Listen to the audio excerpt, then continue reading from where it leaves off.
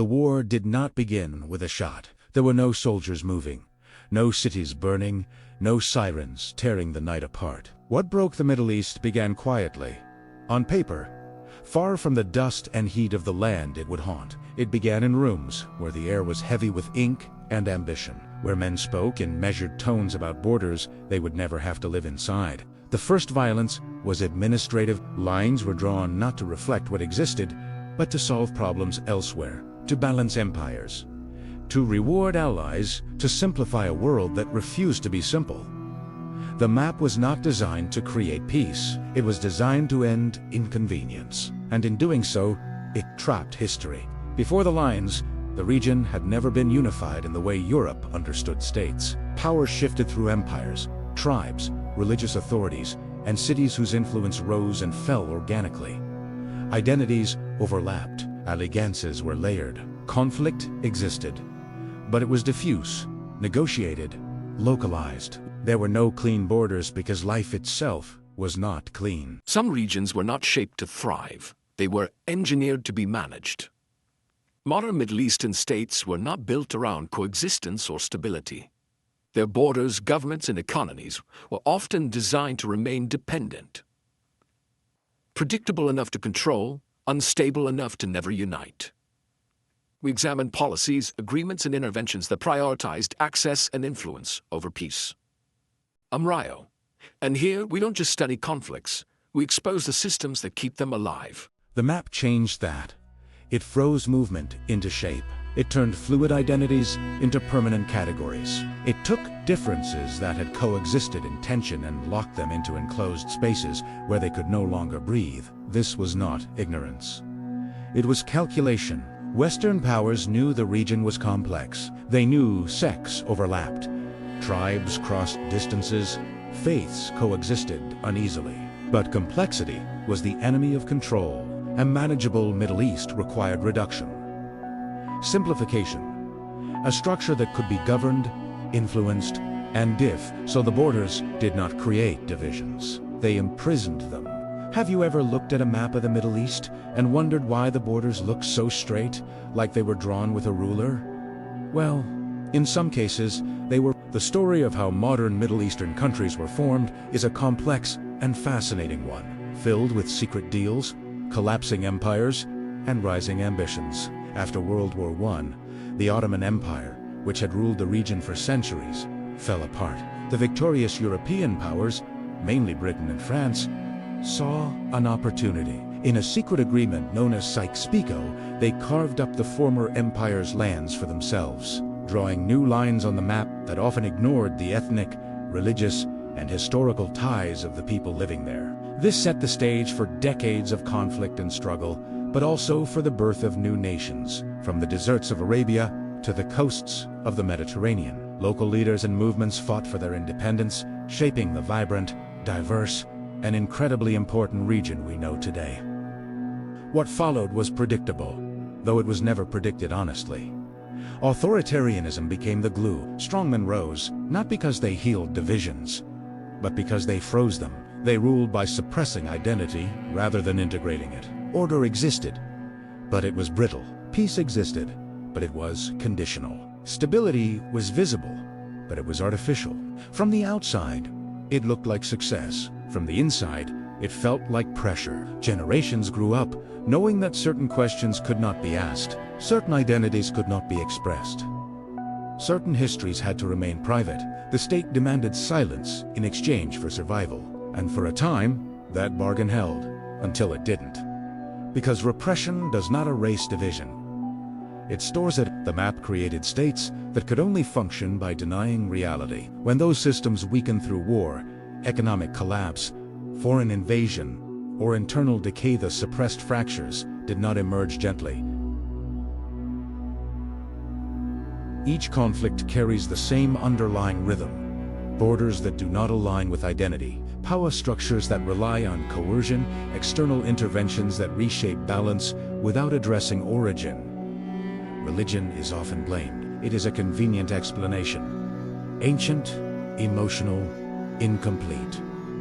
Faith did not draw the borders. Faith did not design the states. Faith did not decide which group would rule which others indefinitely. Religion became the language of conflict because other languages were forbidden. When politics cannot adapt, when representation fails, belief becomes armor. When borders trap incompatible systems together, ideology hardens into survival. The wars that followed were not new chapters. They were revisions of the same mistake. Ever wondered why the Middle East is always in the news? It's a region with a history as rich and complex as any on Earth. A true cradle of civilization. We're talking about the birthplace of writing, law, and 3 of the world's major religions. But it's also a place of intense modern-day conflict and political chess. Why is that? From the fall of ancient empires to the lines drawn in the sand after World War I, every event has left its mark. These historical fault lines, combined with vast oil reserves and global power plays, have created the dynamic, and often turbulent, region we see today. It's a story of empires, faith, resources, and people, all intertwined in a way that affects the entire world. Power stepped into the cracks the moment the ink dried. The new states did not awaken into sovereignty. They were born into supervision. Advisors arrived. Mandates lingered. Treaties promised independence while reserving influence. The language changed, but the structure remained. Control was no longer overt, but it was constant, shaping economies, armies, and leadership choices quietly from a distance. What looked like nation-building was often damage control. These borders required guardians, not protectors of people, but enforcers of design. When unity could not be negotiated, it was imposed. When legitimacy could not be earned, it was manufactured. Armies were trained to defend states before societies existed to sustain them. Intelligence services grew powerful not to protect citizens, but to monitor them. Authoritarianism did not arrive as an accident. It was functional. Strong rulers stabilized systems that could not stabilize themselves. They silenced sectarian tension by making it dangerous to speak. They centralized power because decentralization would expose fractures. They became indispensable, not because they healed the map, but because they held it together by force. For decades, this appeared to work. Iraq was quiet under repression. Syria was orderly under fear. Lebanon balanced itself carefully, counting identities instead of integrating them. Even Israel and Palestine existed in a suspended state, conflict managed rather than resolved. Violence contained but never cured. From the outside, this looked like from the inside, it felt like waiting. The cost was invisible at first. Generations learned how to live around limits. What could be said, what could not, which identities could be public and which remained private. Political participation narrowed.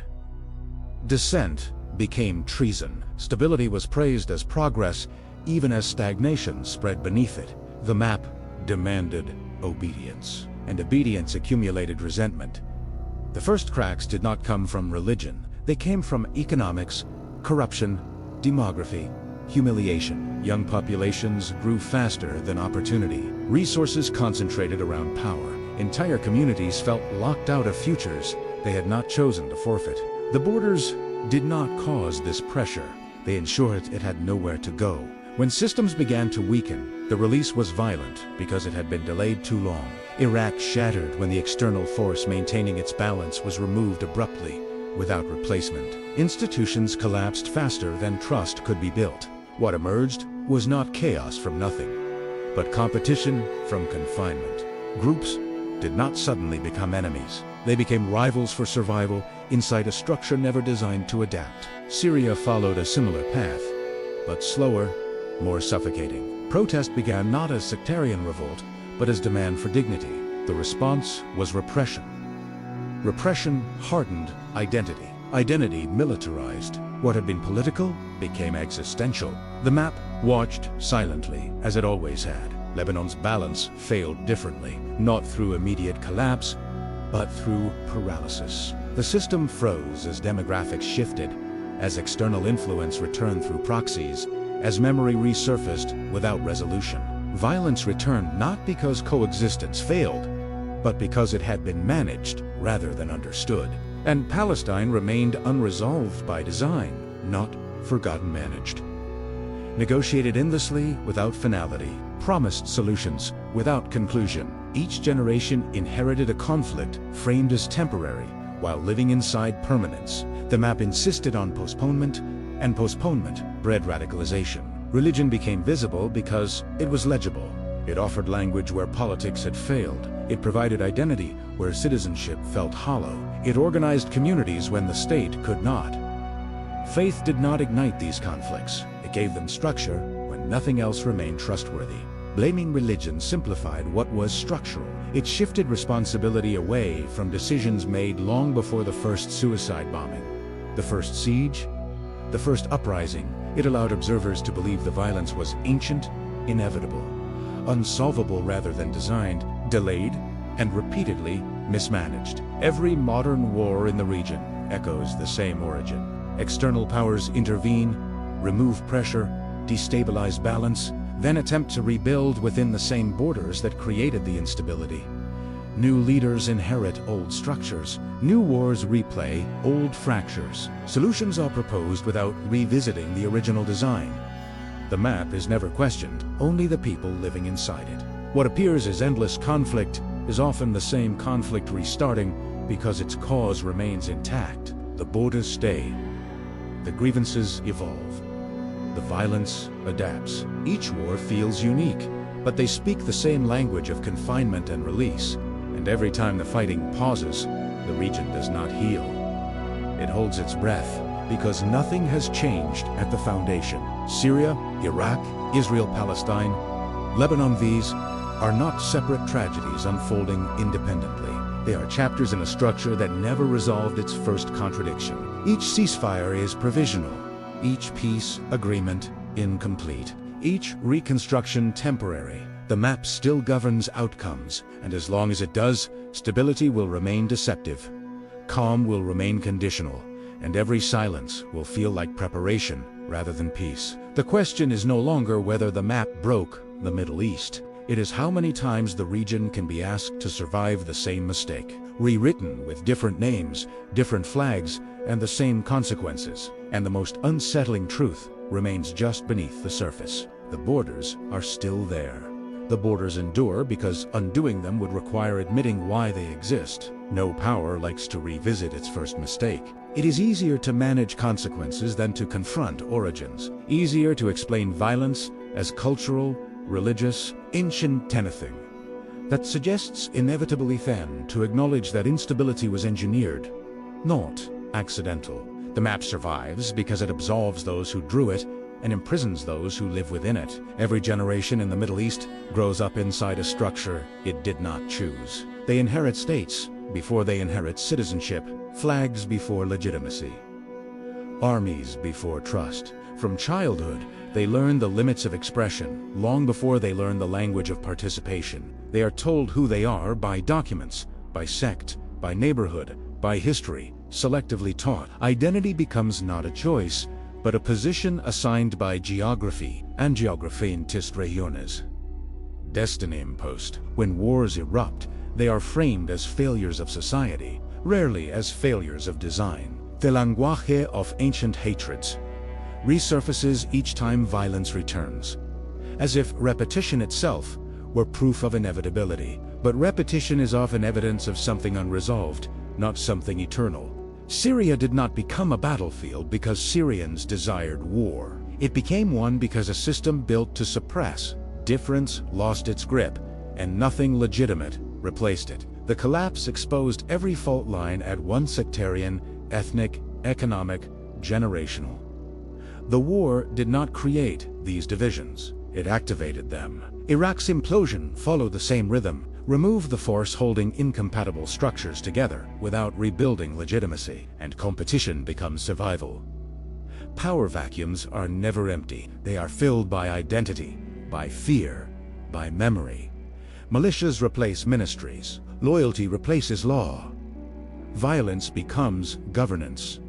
The map watches again. Israel and Palestine remain suspended in unresolved logic, not peace, not war management. Every escalation framed as exceptional, every ceasefire described as progress. Borders exist and do not exist simultaneously.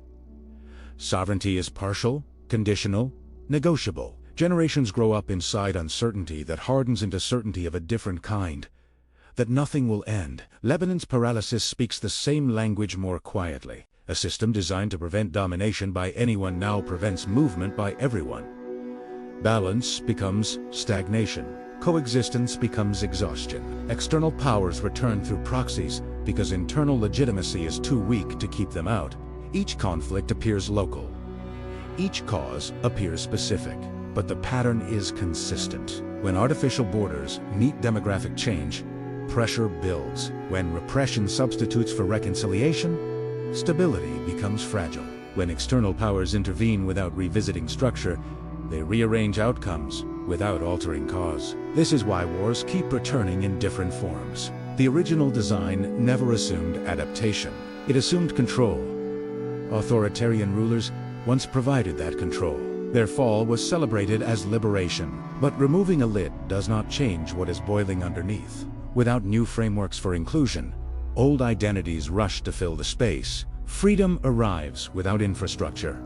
Pluralism arrives without protection. Democracy arrives without consensus. And chaos is blamed on the people. Religion becomes louder in these moments, not because faith has changed, but because it is one of the few remaining sources of legitimacy not tied to the state. When citizenship feels hollow, belief feels solid. When borders feel imposed, identity feels earned. Faith does not start the fire. It gives shape to the smoke. Western powers observe, intervene, withdraw, and return again. Each time promising lessons learned, each time repeating the same limitation. Borders are treated as fixed truths rather than political decisions. Leaders are replaced. Regímenes fall. The map remains untouched. Consequence is multiplied. Refugees move not because they want to leave, but because the structure no longer sustains life. Camps become cities. Temporary becomes permanent. Borders harden further. As fear spreads outward, the instability designed into one region radiates far beyond it. The map does not stay local. It travels. Every migration crisis, every proxy war, every resurgence of extremism carries its geometry. Lines drawn a century ago dictate alignments today. Alliances form along old fractures. Conflicts merge and reappear under new names. And still, explanations stop short. The conversation returns to tactics, to security, to counterterrorism, to stabilization. Rarely to architecture. Rarely to the foundational error that set all of this in motion. Because asking whether the map itself should change is the most dangerous question of all. It implies responsibility. It suggests that the violence is not irrational, not inevitable, not eternal but logical, predictable, and therefore preventable. It suggests that peace cannot come from managing symptoms alone. And that is a conversation no one is prepared to finish. Not yet. Not yet, because if the map is questioned, everything that depends on it must be questioned as well. Lenses, legitimacy, borders, power, and the world has been living inside those lines for too long to imagine what comes after. Have you ever noticed that quiet moment when a big storm passes, the wind stops, the rain eases, and everything feels still? It's a lot like the silence that follows a war. People see the fighting stop, the cannons go quiet, and they breathe a sigh of relief, thinking, finally, peace. But is it really? That silence isn't always peace. It's often just a pause, a moment to catch a breath. For the people who live through it, the war isn't over. The memories, the losses, the scars both visible and invisible, they all remain. Peace isn't just the absence of noise. It's the presence of justice, healing, and understanding. It's about rebuilding not just buildings, but lives and communities. It's a long, active process, not a passive quiet. So next time we hear that silence, let's remember the real work of building peace has just begun. And so authoritarian stability keeps returning, wearing different faces. It promises order. It delivers silence. It postpones collapse until it doesn't. When these systems fall, the world reacts with surprise, as if the outcome were unpredictable, as if decades of repression had not stored pressure. As if societies denied political evolution would somehow evolve peacefully on their own. The wars that follow are then described as failures of transition. But transitions fail when there is nowhere to transition to. Syria did not fall apart because reform was attempted. It fell apart because reform arrived too late, inside a structure designed to resist it. Iraq did not descend into sectarian war because it was liberated. It did so because liberation dismantled coercion without building legitimacy. Israel-Palestine persists not because solutions are unknown, but because solutions threaten the architecture that has managed the conflict for generations. Lebanon remains frozen not because coexistence is impossible, but because it was never allowed to mature beyond balanced, enforced by fear. These are not accidents. They are consequences unfolding on schedule. Every attempt to fix the region without addressing the map creates a new layer of complexity without removing the original fault. Militias replace armies, proxies replace states. Ideology replaces policy. The language changes. The geometry does not. And so violence repeats, not as madness, but as logic. This is why modern wars feel familiar, even when they look new. The names change. The weapons evolve. The images sharpen, but the underlying structure produces the same outcomes again and again. Artificial borders generate real violence. Suppressed identities demand expression. External control creates internal collapse. And every time the explanation stops short, religion is blamed because it is visible. Culture is blamed because it is convenient. History is blamed because it feels distant. The map is rarely blamed because it implicates power. Western powers left the region with borders, but not with consequences resolved. They withdrew administrations, not responsibility. They declared independence while preserving design. They closed chapters without finishing the story. The Middle East did not fail to become stable. It was never structurally allowed to. This does not mean the region is doomed, but it does mean that peace cannot be imposed from the same blueprint that produced endless war. It means that managing conflict is not the same as resolving it. And it means that every time the world responds to a new crisis without revisiting the first one, it is choosing delay over change. What comes next is not written yet. Syria remains open. Iraq remains fragile. Lebanon remains suspended. Israel-Palestine remains unresolved. These are not endings. They are pauses. The map still governs the future, quietly shaping what is possible and what is not. Until it is confronted, not erased, but understood, questioned, reimagined, the region will continue to bleed through the same invisible lines. This story does not end here, because it cannot. It is the first chapter of everything that followed, and everything that is still coming. The map broke the Middle East, and the world is still living inside the fracture.